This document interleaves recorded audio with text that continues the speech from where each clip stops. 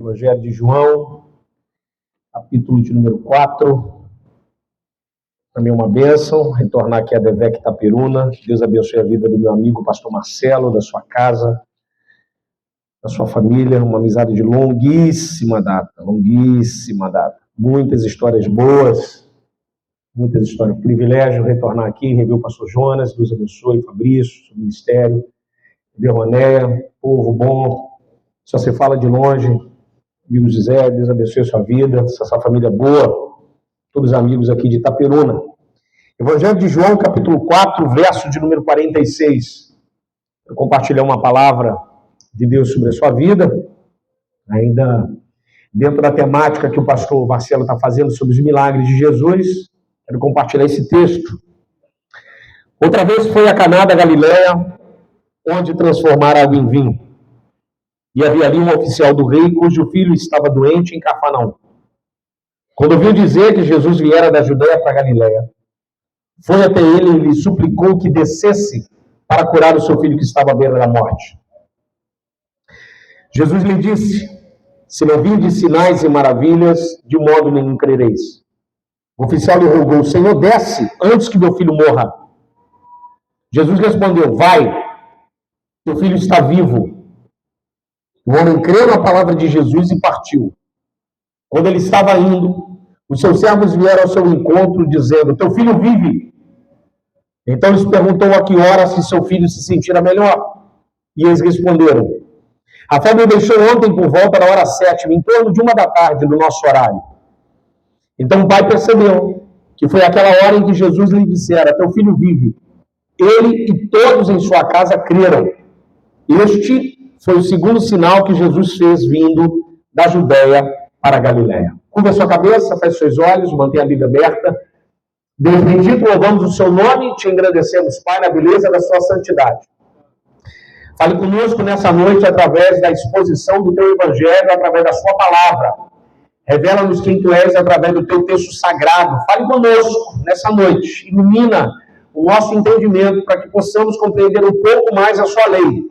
Seja sobre nós nessa noite, em nome de Jesus. Amém. Jesus estava retornando para a região norte de Israel, onde era muito conhecido na época.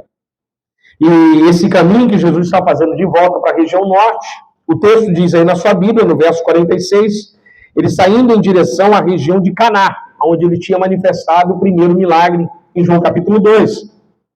E quando ele está chegando nessa região de Caná, que é na região mar de cima, o texto diz que um oficial do rei, cujo filho estava doente em Cafarnaum, vai até Cristo. De Cafarnaum, da parte da praia até Caná, é 30 quilômetros de distância de uma subida considerável. Uma subida que não dá para fazer de ônibus, que não tem a pé. E pelo horário de 1 da tarde, um horário de muito quente, ainda mais a região norte de Israel. Itaperuna é bem fresco, né? Região norte do Rio, você sabe, toda a região norte é quente. Galileia não deixa por menos, é muito quente a região da Galileia. Então, quando Jesus ele estava nessa região, esse homem vai a Cristo. Então, ele deixa seus afazeres, sua família, sua casa, tudo aquilo para se encontrar com Jesus. O texto aí na sua Bíblia, quando ele vai se encontrar com Cristo, eu não sei como. Ele sabe que horas que Jesus vai chegar lá. Eu não sei como. Eu não sei como ele sabia o horário exato que Cristo estaria em Caná. Porque Jesus estaria dirigindo uma viagem da Judeia para Caná. Talvez esse homem use um pouco do seu network. Na sua Bíblia diz que ele é oficial do rei. Ele é o basilicus, né? Um oficial, um ministro, um secretário, trabalha dentro da corte do rei. O rei aqui era Herodes Antipas. Então esse homem tem contato. Ele trabalha, provavelmente as pessoas estavam dizendo, Jesus já está chegando. Ele tem um network, um telefone sem fio, Jesus está próximo, Jesus está bem próximo de lá. E ele sabia mais ou menos que horas que Jesus chegaria lá. Eu acho interessante no texto, que ele sendo oficial do rei, ele tem um recurso financeiro. Então, provavelmente, ele pagou algumas pessoas para manterem informado, dizendo assim, olha, Jesus está chegando lá. Então, esse homem que é um oficial, e trabalha para o rei, Herodes, nessa época, é o homem mais rico do norte de Israel, da região da Galileia. Então, Ele trabalha para o homem mais rico do norte, deixa a sua família e caminha 30 quilômetros de distância para procurar Cristo. Procurar alguém que ele não conhece pessoalmente. Ele só conhece de ouvir falar. Eu acho interessante no texto a maneira como João relata para mim e para você. Por que esse homem, pastor Marcelo, deixa a casa dele para se encontrar com alguém que ele não conhece? Se você olhar aí na sua Bíblia, o filho dele está doente. Então ele deixa a casa dele para se encontrar com Cristo porque ele tem um problema, que é o filho. O filho dele doente fez com que ele abandonasse tudo. Por quê? Porque mesmo o recurso que ele tem, a questão do recurso financeiro, sendo oficial do rei, mesmo o contato que ele tem com o rei, Herodes de Antipas, mesmo com as alianças que ele tem, ele vai deixar tudo em casa para se encontrar com Jesus, porque o filho dele estava doente. Mas, pastor, o senhor já disse isso, eu vou explicar. Por que você está aqui hoje? E por que eu estou aqui hoje? E por que aquele homem estava encanado? Porque aquele homem tinha um problema que o dinheiro dele não estava resolvendo. Aquele homem tinha um problema que a medicina da época não resolvia. Aquele homem tinha um problema que Herodes não podia resolver. Aquele homem tinha um problema que os seus funcionários não resolviam. Então ele vai a 30 quilômetros de distância para se encontrar com alguém que pode resolver. Por que você está aqui hoje, nessa noite? Você deixou a sua casa porque você tem um problema e eu tenho um problema que o nosso diploma não resolve. Eu e você temos um problema que o nosso dinheiro não está resolvendo. Eu e você temos um problema que as nossas alianças não estão resolvendo. Eu e você temos um problema que o médico dessa cidade não está resolvendo. Mas por que você está aqui e por que aquele homem estava lá? Porque tem alguém lá que está aqui que pode resolver o que diploma não resolve. Que pode resolver o que dinheiro não resolve. Que pode resolver o que médico não resolve. Que pode resolver o que política não resolve. Mas que ele é Jesus, ele morreu na cruz do Calvário, ressuscitou no terceiro dia. E o mesmo Deus que estava lá, ele também está aqui. Aleluia! Aleluia! É por isso que você está aqui. É por isso que você abriu mão de tantas coisas para poder estar aqui. E quando esse homem estava lá, pastor Marcelo, verso de número 47, ouviu dizer que Jesus viera da Judéia para Galiléia. Foi até ele. E lhe suplicou que descesse para curar o seu filho que estava à beira da morte. Olha na sua Bíblia, o verso 47. Olha que coisa interessante. Agradecer o pessoal da mídia. Olha que coisa interessante. Ouviu eles que vindo foi até ele. Foi ter com ele. Olha que coisa fácil. Viu Jesus ali e chegou perto. Irmãos, ele é oficial do rei. Falar com o rei não era tão fácil assim não, filho. Tem protocolo. Falar com o prefeito de uma cidade tem protocolo. Falar com quem trabalha trabalha na parte do direito sabe que não é tão fácil despachar com o juiz. Imagina você de camiseta e bermuda, não vim despachar com o juiz. O juiz não te recebe. Fala com o síndico do prédio, tem horário. Você não chega no dentista toda hora para ser atendido, você tem horário. Com o pastor, a mesma coisa, tem protocolo, tem uma agenda a seguir. Para qualquer tipo de autoridade, existe uma linha ética e protocolar para se encontrar. Se eu apertar mais um pouquinho e levar para o campo religioso, aí fica diferente, irmã Roné. Dependendo da divindade, ela só atende meia-noite e na encruzilhada. Dependendo da divindade, tem que ter a roupa certa. Dependendo da divindade, tem que ter a vela certa. Dependendo da divindade, tem que ter a distância certa. Dependendo da divindade, ela nem atende no Brasil, só no Tibete. Dependendo da divindade, você tem que ir para outro continente. Dependendo da divindade, você tem que ajoelhar no tapete persa. Tem que olhar em direção à Meca. Tem que se inclinar. Dependendo da divindade, tem que se balançar. Dependendo da divindade, tem que raspar a cabeça, lavar e fazer uma série de coisas. Tem o horário certo, a roupa certa, a vela certa, a direção certa, o jeito certo. Olha o texto aqui, ó. Pode deixar o texto. No verso de número 47. Foi ter com ele. Aí eu te pergunto, que horas? Com que roupa? Com que vela? Com que corte de cabelo? Quando Jesus é assim, 4 da manhã, ele está atento.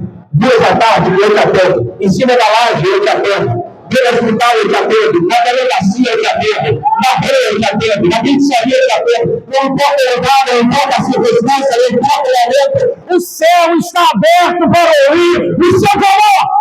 Aleluia!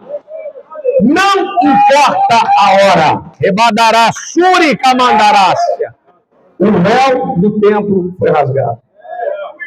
Jesus está dizendo assim, qualquer hora que você quiser falar comigo, eu te atendo. Pastor, tomando banho, pode falar que esse é o aberto. Amandorá, súria. Com Deus não tem horário, não tem lugar, pode ser estacionamento, fila do banco, lotérica, hotel, ônibus, durante a viagem, Barra Forte, cavalo, dentro da faculdade, banheiro, hospital, delegacia, maca, calaxura, bandaraço, não tem horário, não tem lugar, não tem momento. O Senhor vai dizer, pode falar que eu estou ouvindo, pode falar que eu estou ouvindo, pode falar que eu estou ouvindo. O que está dentro, vaso? É acesso. O nome disso é graça. Graça. Cristo não te recebe assim com essa roupa. Você está tomando banho, mas você vai falar comigo? Não, senhor, não. Qualquer hora, filho. Foi ter com ele. Jesus não falou assim, não está não. Olha, eu só te atendo até 3 da tarde. Interessante que Jesus estava ali e eles chegaram perto. Só não chega perto de Cristo que não quer. Cristo está aqui. É só você decidir chegar perto dele. Ele está dizendo, meu gabinete está aberto. Mas vai chegar um momento em que o gabinete dele vai fechar. E que ele ficar ligado, vai ficar com a cara na porta. Desculpe o termo. Mas por enquanto, eu estou te falando uma coisa. Aproveita que o gabinete está aberto. Aleluia! E foi até ele. E suplicou que descesse para curar o seu filho que estava à beira da morte. O termo descesse aí é proposital do Evangelho de João.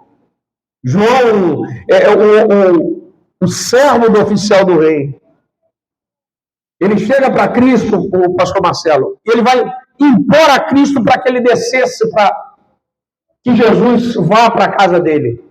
Eu acho esse texto aqui interessante, pastor Marcelo, por uma ocasião, eu queria que você olhasse na sua Bíblia, aqui não vai dar para ver. Dá uma olhada na sua Bíblia. O homem chega e ordena a Cristo, não, eu quero que o senhor desça lá em casa para o senhor resolver. Aí eu do lado de cá eu pergunto assim, mas qual é o nome desse cara para ele exigir que Cristo desça? Olha na sua Bíblia. Qual é o nome dele, irmão? Verso 46, vê se ele tem nome. Vê se o oficial do rei tem nome. Tem nome aí? O filho tem nome no verso 46? O rei tem nome? Olha aí, pastor Jonas, vê se o rei tem nome. Verso 51, vê se os servos têm nome. Os servos vieram. Vê se no 51 tem nome. Os servos têm nome? Vê se no 53 alguém da casa dele tem nome. Vê, irmão? Olha comigo aí, ó. E todos em sua casa, que eram todos? Qual é o nome do pai, da mãe, da tia, do irmão, do primo, do cunhado? Não tem nome de ninguém, mas pastor não tem nome de ninguém, tem? Vou te falar o nome de quem que aparece aqui, ó. 47, Jesus. 48, Jesus. 50, Jesus. 52, Jesus. 53, Jesus. 54, Jesus. Já está dizendo, o Senhor não importa, o meu importa, o Senhor importa, o Senhor importa, o Senhor importa, o Senhor importa, o meu importa, o nome de ninguém aqui importa. O único nome que importa é tudo de Jesus, é o nome dele. E através desse nome, todo joelho se levará, toda língua confessará que Jesus Cristo é o Senhor. Aleluia! Reba, Jorá, Súria. João é danado para fazer isso, cara. Você abre João capítulo 2, Caná da Galileia. Dá uma olhada lá em João 2, depois você vê lá. Acha o nome dos noivos. Noivo não tem nome. Maria não tem nome. Mãe de Jesus. Mãe de Jesus. Maria não tem nome. O mestre Sala não tem nome. Os servos não têm nome. Os discípulos não têm nome. João está dizendo assim, eu não estou preocupado em falar do nome de ninguém. Eu só quero falar do nome de Jesus, é mais importante. É o nome que importa, velho.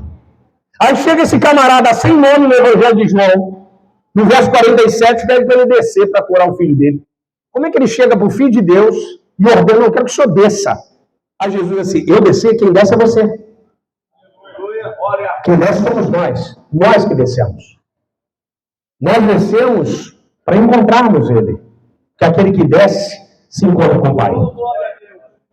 Tem gente que quer resolver o problema da luta de pé. Só que Cristo está dizendo para você, de pé você não vai resolver não, filho. Você vai ter que descer para resolver. Que quem desce é exalto, aquele que fica de pé é abaixo. Aleluia! Descer é para encontrar, é para ser revelado, para ter relação. Por que ele pede para descer? É oração, filho. Jesus está dizendo, cara, você tem que orar comigo. Tem gente que acha que, ou não, pastor, eu oro com Deus para começar a conversa. Não, a conversa já iniciou lá no Éden. Quando você entra em oração, a conversa já está acontecendo. Você que está perdendo a conversa. Oração não é para começar a conversa, é para continuar na conversa que já existe. Aleluia. Porque Deus já está falando. Você que não está ouvindo. Descer e se encontrar com Deus. Põe a sua boca no pó, talvez assim ainda haja esperança. Por que o homem tem tanto medo de descer? Sabe? Dobrar o joelho, debilidade. Porque dobrar o joelho traz para nós a ideia de humanidade. Nós somos humanos, irmãos. Dobrar o joelho tem uma ideia, Roné, de rendição, rendido. Quando a polícia enquadra o meliante, mão na cabeça, joelho no chão. Se ele não fizer isso, o que acontece com ele? O Estado o executa. Aí ele, para não ser executado pelo Estado, o que ele faz? Como é que é o nome? Se rende. Dobrar o joelho é você dizer para Deus, eu estou rendido, não tenho saída, não tenho o que fazer. Aí o Senhor fala assim, agora eu vou me mexer. Porque quem se rende diante da minha presença, clama aquela minha misericórdia. Aleluia! Dobrar o joelho é isso. É se render diante da sua majestade. É dizer para Deus, Senhor, eu preciso da sua mão. Eu estava falando com um amigo lá no Rio. Falei assim, sabe por que tem tanto crente com vontade de jogar na Mega Sena da virada? Ele, por quê, Romero? Falei, eles estão, essa turma que quer fazer isso, porque eles querem viver o senso da independência. Eles não querem mais dobrar o joelho para depender do Pai. Eles põem a mão no bolso e resolvem. Por isso que tem muita gente que não pode prosperar. Ele acha que prosperar é ser independente. Porque ele acha que viver na independência é se desligar de Deus. O verdadeiro rico é aquele que depende do Pai. Que compreende que o Pai dá tudo. Aleluia! A ideia de dádiva, esse homem, ele age num senso de independência. Olha o texto. Não quero que o senhor desça lá para curar meu filho que está à beira da morte. Ele já chega dando ordem, pastor Marcelo, para resolver as coisas. Verso de número 48. Dá uma olhada na sua Bíblia. Se não vide sinais e maravilhas, de modo nenhum crereis. Essa aqui é forte. Olha o texto aí. Olha, isso aí é Jesus falando. Jesus vira para ele assim, ó. Olha aí, ó. Se não vide sinais e maravilhas, de modo nenhum crereis. Jesus está dizendo assim, eu sei quem você é. Eu te conheço. Você quer milagre e não quer presença. Você veio buscar milagre, mas você não quer minha presença. Você só quer aquilo que eu possa dar, mas você não quer que eu seja na sua vida.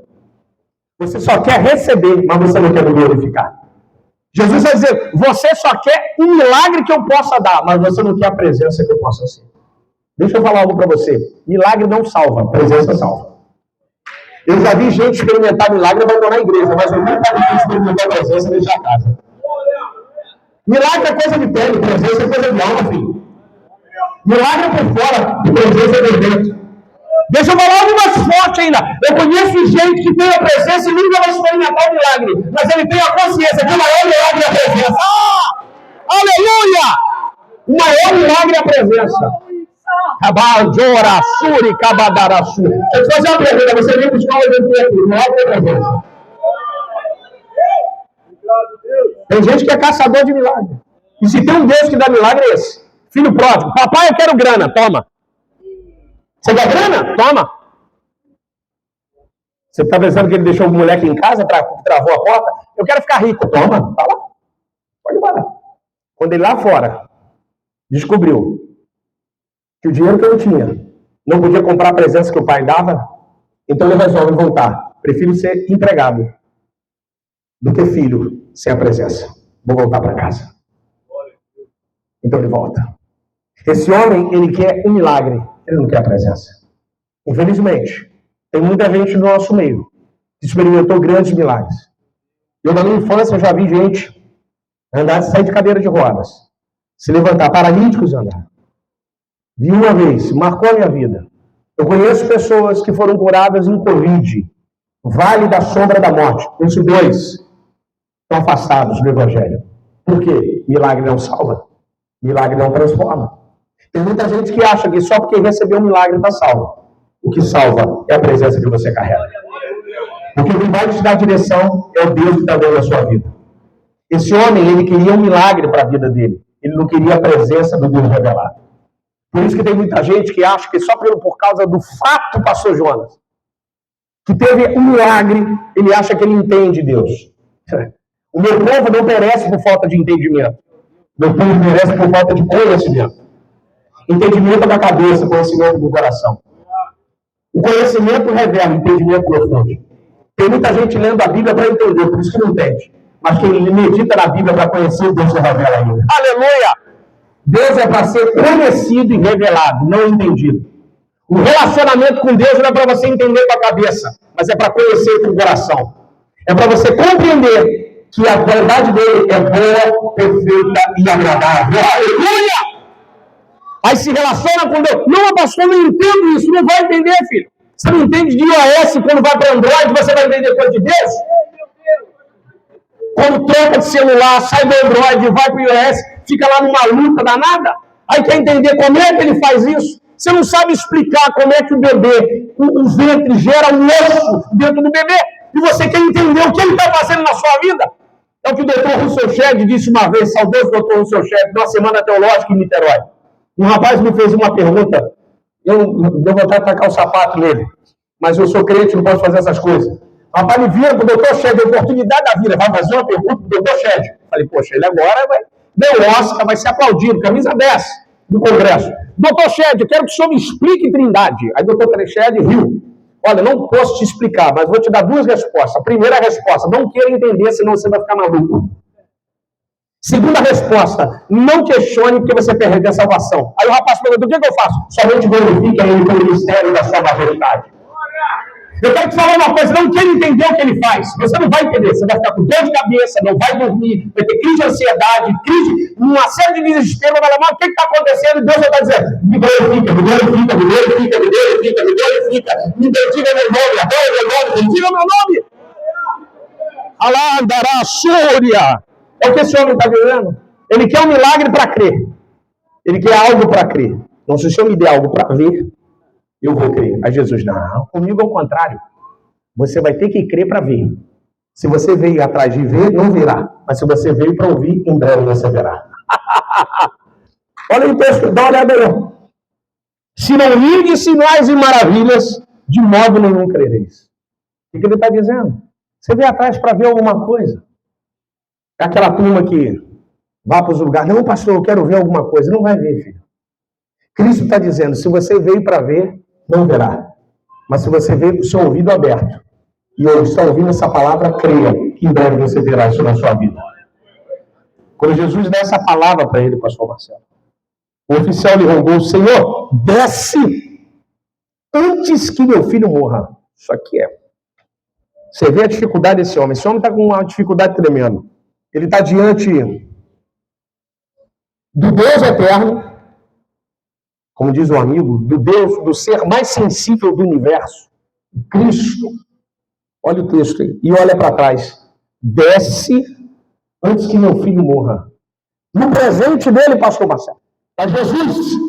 No futuro, que nem chegou uma morte. Tem gente assim. Está aqui no culto, hoje, quarta-feira, aqui na igreja. Rapaz, o contrato vence dia 30. Hoje é quando? Hoje é 12. O camarada já não está dormindo desde o mês passado, por causa do dia 30 de abril. Já está sofrendo, sabe? Dando crise. Já está ansioso. Toda hora abre a geladeira para ver se o resposta já chegou. Já engordou. Quando ele deita a cabeça, já fica aquela data. 30. Até sonha com o calendário. Ele está sonhando tanto que ele acha que ele está no banco assinando logo o contrato. Está desesperado. Não sou desse que eu... É assim. Ele está preocupado com o futuro que nem veio, ao invés de glorificar o presente de Deus na vida dele. Deixa eu te dar uma palavra de profeta. Se ele te livrou no passado, ele vai te livrar no futuro. Só creia. Não deixe as pressões do tempo presente interromper o seu relacionamento com Deus que é sobre a sua vida. Não deixe que as coisas que estão acontecendo hoje na sua volta te afaste da graça. Deixe de você ter contato com o Evangelho.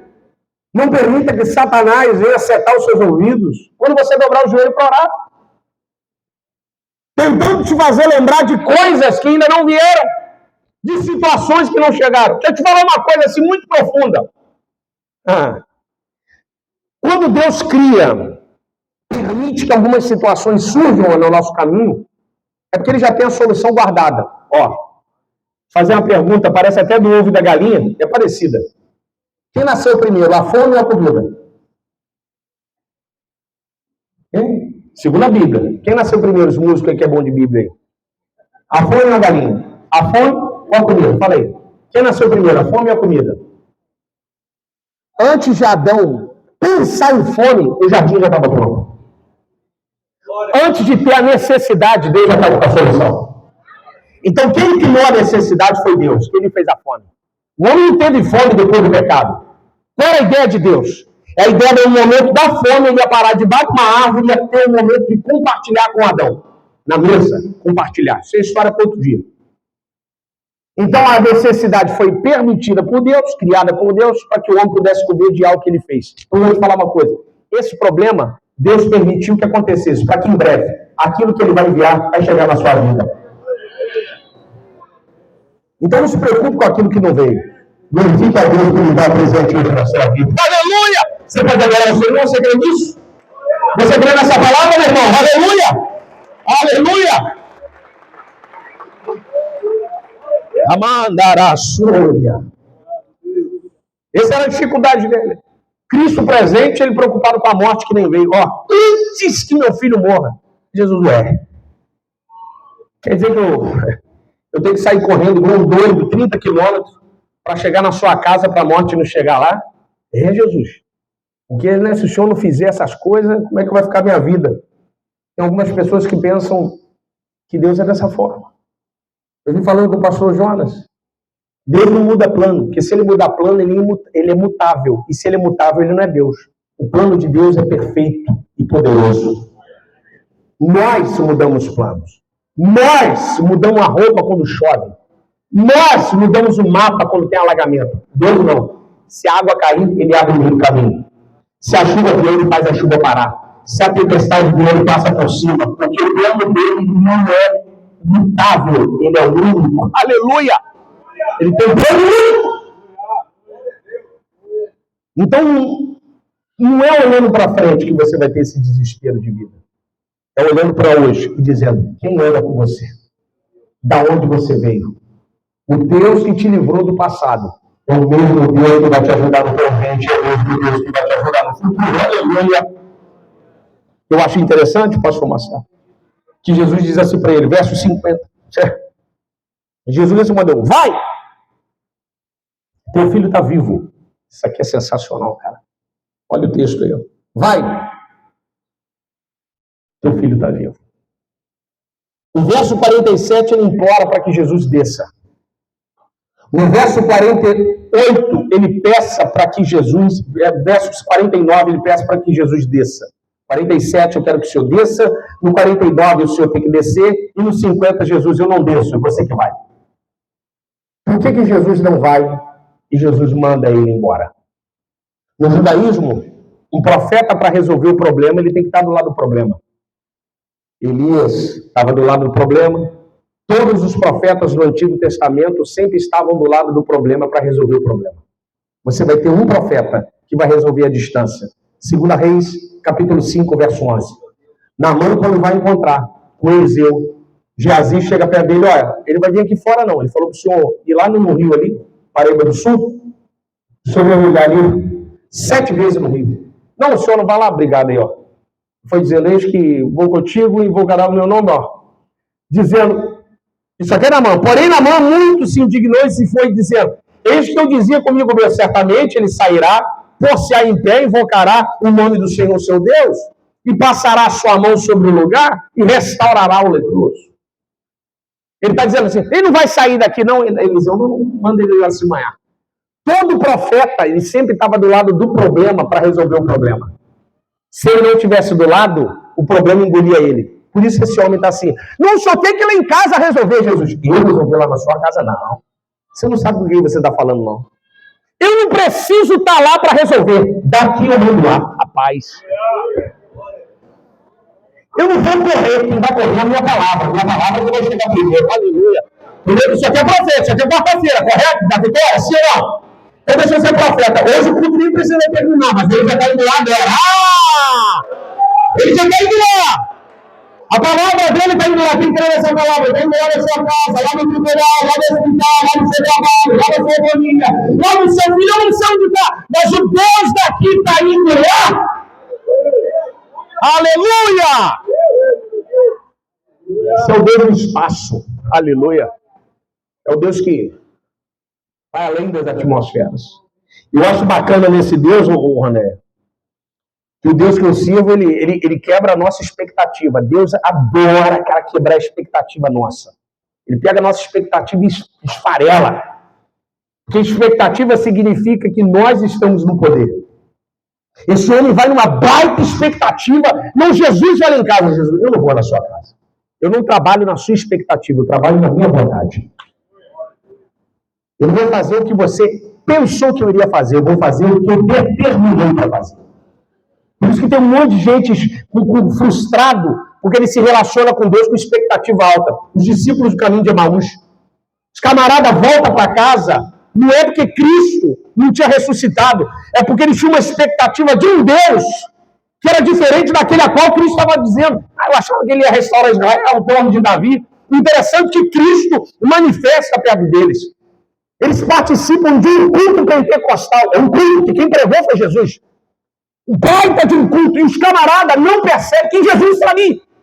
A expectativa deles era tão diferente que eles se frustraram e não abriram os olhos para a presença de Cristo ali. Infelizmente tem gente na igreja assim, com a expectativa tão alta de um Deus que não ia fazer. Não, ele tem que fazer, ele não fez, porque a gente não conhece os planos dele são outros. Aí a pessoa vem para a igreja e não percebe que o culto é pentecostal e o camarada lá, Deus tinha que fazer. Deus não vai fazer o que você quer, Deus vai fazer o que ele quer. Aleluia! Por isso que eles só perceberam que era Cristo quando ele partiu o pão. Ele nem ficou para comer, foi embora. Partiu o pão, sumiu. Desapareceu o pão, foi embora. Tem gente assim. Esse homem tinha uma baita expectativa. Eu achei que o senhor ia lá em casa. Jesus, não vou na sua casa. Daqui eu mando lá. Quem vai para sua casa é você. Mas a minha palavra vai na sua frente. Se você é profeta, o culto não vai terminar ainda não. Mas a palavra dele já foi lá na frente, em nome de Jesus. A palavra dele já foi na frente. Interessante disso, pastor. Olha o texto, verso 50. Vai, teu filho está vivo. O homem creu na palavra de Jesus e partiu. Olha o texto aí. Vê se ele viu o anjo. Vê se ele viu o idioma. Vocês conhecem, né? Achei que era só no Rio. Vê! Não resistiu, pastor Marcelo. Não fala com o pastor Silas, não. Olha no texto aí. Vê se ele viu o anjo. Arrepio de pele. Olha aí, ó. O pessoal da mídia está me ajudando, ó. O homem creu na palavra de Jesus. Ele creu em quem, irmão? Palavra de Jesus. Vê se ele teve visão. Vê se Jesus deu fogo na sarça. Jesus está dizendo assim, ó. Se você veio para ver, não vai ver. Você vai ouvir.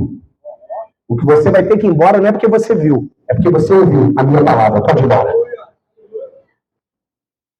O que vai definir quem você é não é o que você está vendo, é o que você está ouvindo no altar.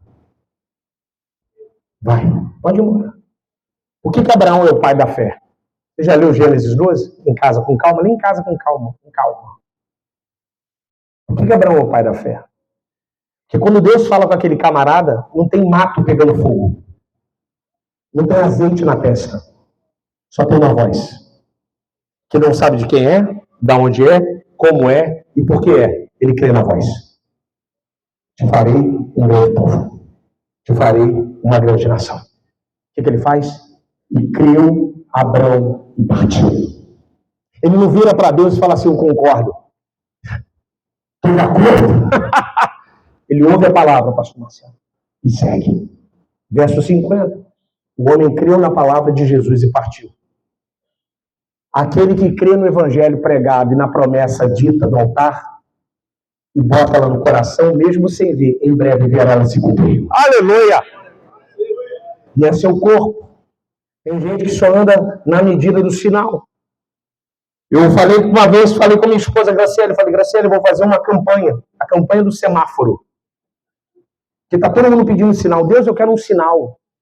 Deus, eu quero um sinal. Vou fazer a campanha do semáforo. 3 dias. Vermelho, verde e amarelo. Cada dia você vai receber um adesivo para colocar no semáforo. Jesus está à procura de homens que não caminham por sinal, mas caminham por aquilo que ele ouviu na sua voz.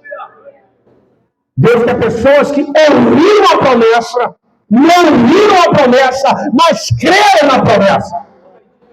Que para os olhos dele é difícil acontecer, impossível de acontecer, mas se ele falou que vai acontecer, vai acontecer. Aleluia! É isso que ele quer. E ele vai partir. Eu acho interessante que ele parte. Ele segue para a casa dele. E o texto diz na sua Bíblia. Olha que coisa interessante.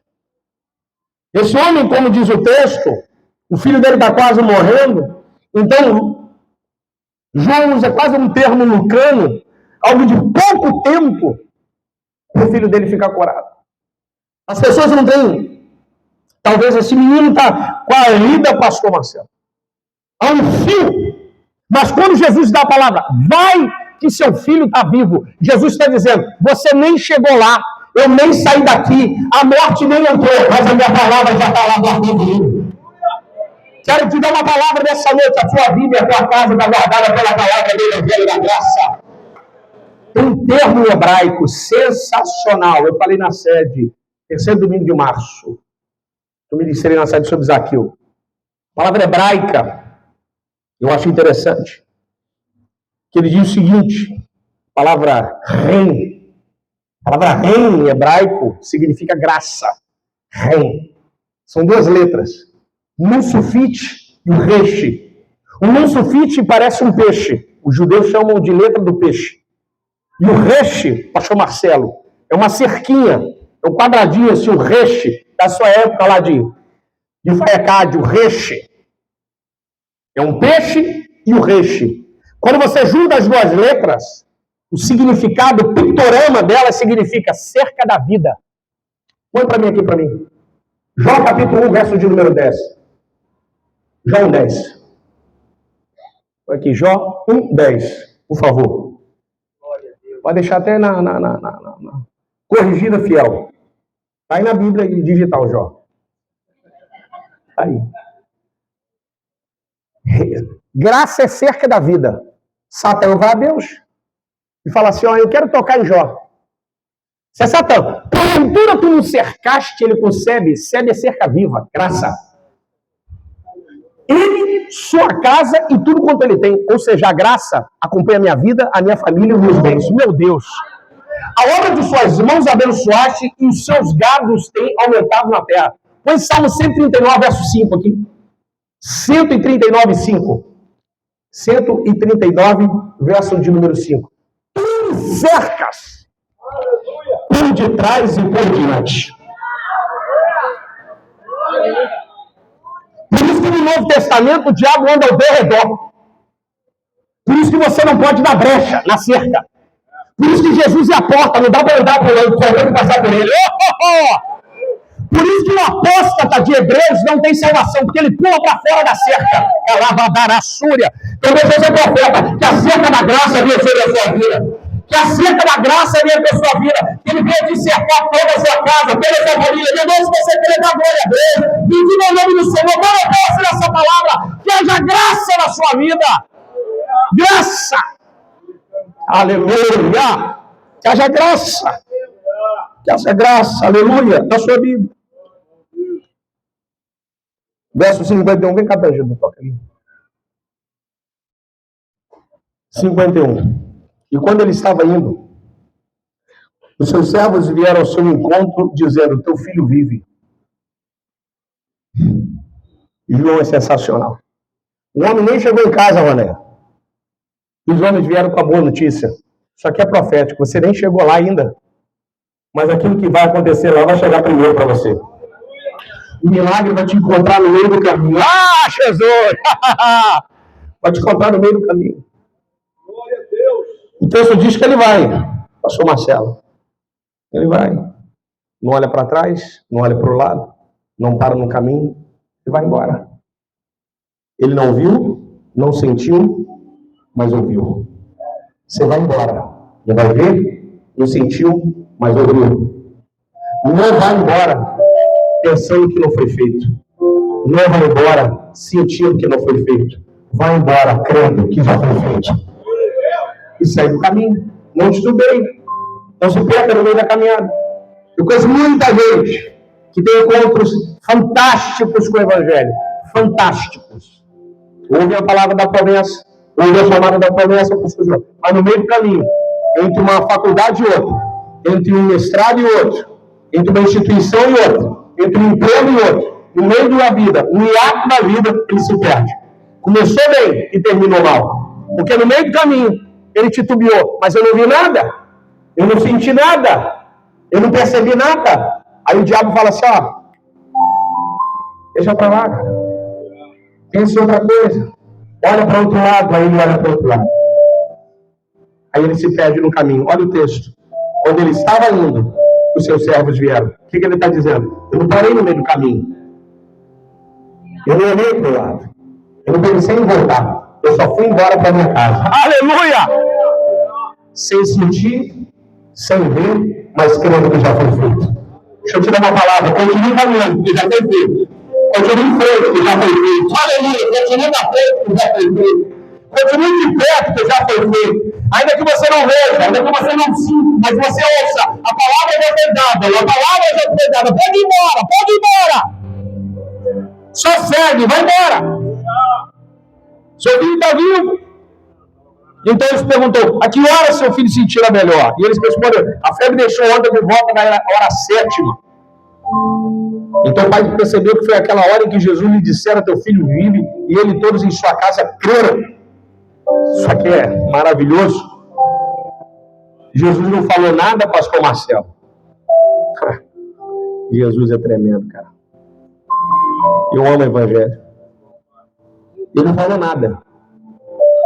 Quando ele deu a ordem, vai que teu filho está vivo, o que ele fez? Olha para o céu. 1h da tarde, ele marcou o relógio do tempo. Ele não viu sarça. Ele não viu azeite. Não viu anjo, mas ele marcou a hora do culto. Foi 1h da tarde. Isso aqui é profético. Se eu fosse você, eu sair daqui hoje já com o envelope da oferta de gratidão.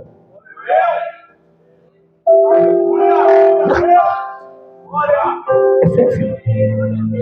Isso é fé. Isso é fé. Se eu fosse você, eu já marcava a data de hoje, ó. 12 de abril, 9h10 da noite. Foi naquele dia que o pastor disse que a palavra foi dada. E a palavra foi dada. É fé. Fé. O que a gente está vivendo é fideísmo. É diferente de fé. Fideísmo é algo extremamente místico que precisa de muita coisa mística. Por isso que passa as coisas lotadas de problema no Instagram. Fé é diferente de fideísmo. Fé é diferente de fideísmo. Esse homem teve fé. Ele está dizendo, eu preciso de símbolo místico para crer na sua palavra. Eu creio na sua palavra e pronto. E tomo posse da sua palavra. Fé é isso. Fé é sair daqui e já botar na culto de ações de graça, vai ser tal dia. É já pegar uma oferta de um envelope. Não estou dizendo para você botar oferta. É para pegar um envelope de oferta de gratuito, só que é para quem quiser. É ir para sua casa e dobrar o joelho. Eu te agradeço por essa vitória.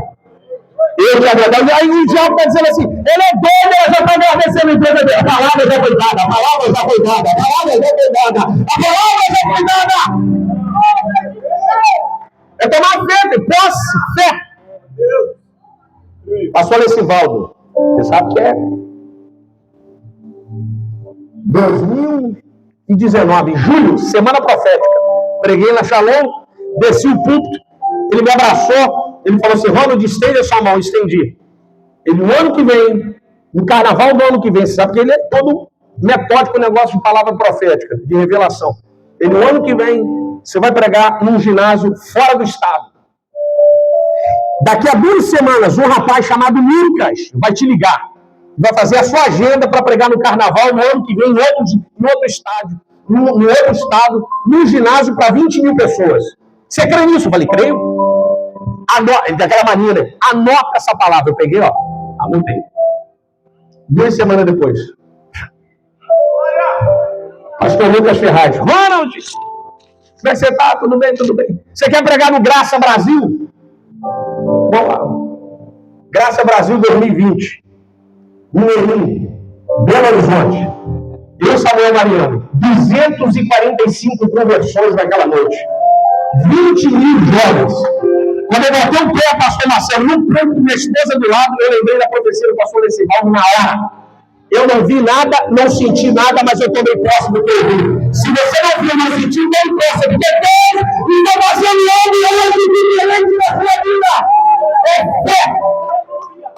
Fé. É uma fé, filho. Não é fideísmo. Fé. Esse homem, marcou a hora, pastor. 1h da tarde, olha. Não falou nada para Jesus, pastor Jorge. Mas no coração dele está dizendo: é hoje que é a minha vitória. Olha na sua Bíblia. Verso 52. Então perguntou a que horas que seu filho se sentira melhor. A fé me deixou ontem por volta da hora 7ª. Então o pai percebeu, lógica, conclusão óbvia, que foi naquela hora em que Jesus lhe dissera: teu filho vive. Ele está dizendo assim, eu não vi sarça, não vi anjo, mas eu marquei a hora. Eu já tomei posse. Todos em sua casa creram. Vai ficando de pé em nome de Jesus. Fica de pé em nome de Jesus.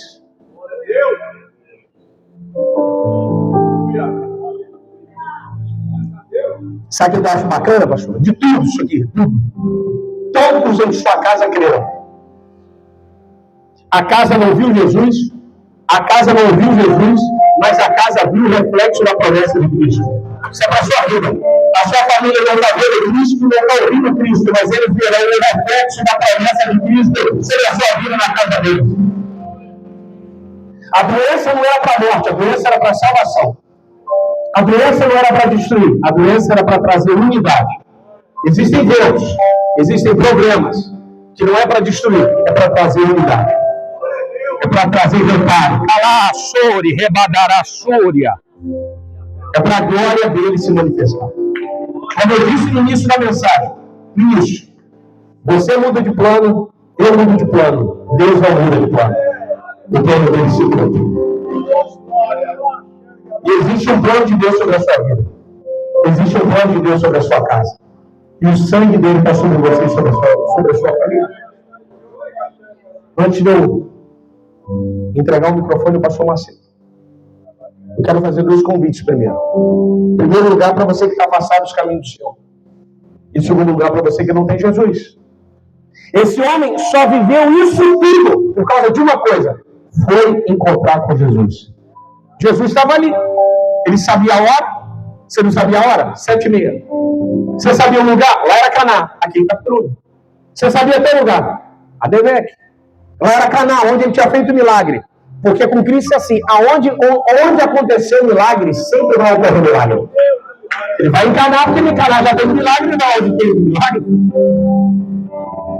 Quando ele chega perto de Cristo, ele conversa com Cristo, ouve a palavra, Jesus muda a sua vida, dá uma palavra para ele e salva a sua casa. Você não veio aqui à toa. Você não veio aqui em vão. Quem te trouxe aqui foi o Espírito Santo. Quem te trouxe foi o Evangelho. Todo esse dia, talvez você pensou: não vou lá hoje não, tem muitos afazeres. Tudo hoje na sua agenda estava dando que você não viria. Quando você percebeu, você já estava dentro da casa de Deus. Isso aqui não foi algo aleatório. Como dizia Albert Einstein, Deus não joga dados. Deus é um Deus planejador, que cumpre o propósito. Então eu quero convidar você que não tem Jesus, ou você que não tem Cristo, ou você que está afastado dos caminhos do Senhor, a você sair do seu lugar e vir aqui à frente dizendo: eu quero esse Cristo. Eu quero pôr a minha vida e a minha casa dentro dessa cerca viva chamada graça. Aonde está você que deseja entregar sua vida a Jesus? Vem aqui à frente, igreja em oração. Eu não posso fazer isso por você. Só você pode fazer isso. Esse homem foi a Cristo. Andou 30 quilômetros de distância para se encontrar com Jesus. Porque ele sabia que só Cristo poderia mudar a sua vida e a sua história. Aonde está você, igreja em oração, por gentileza?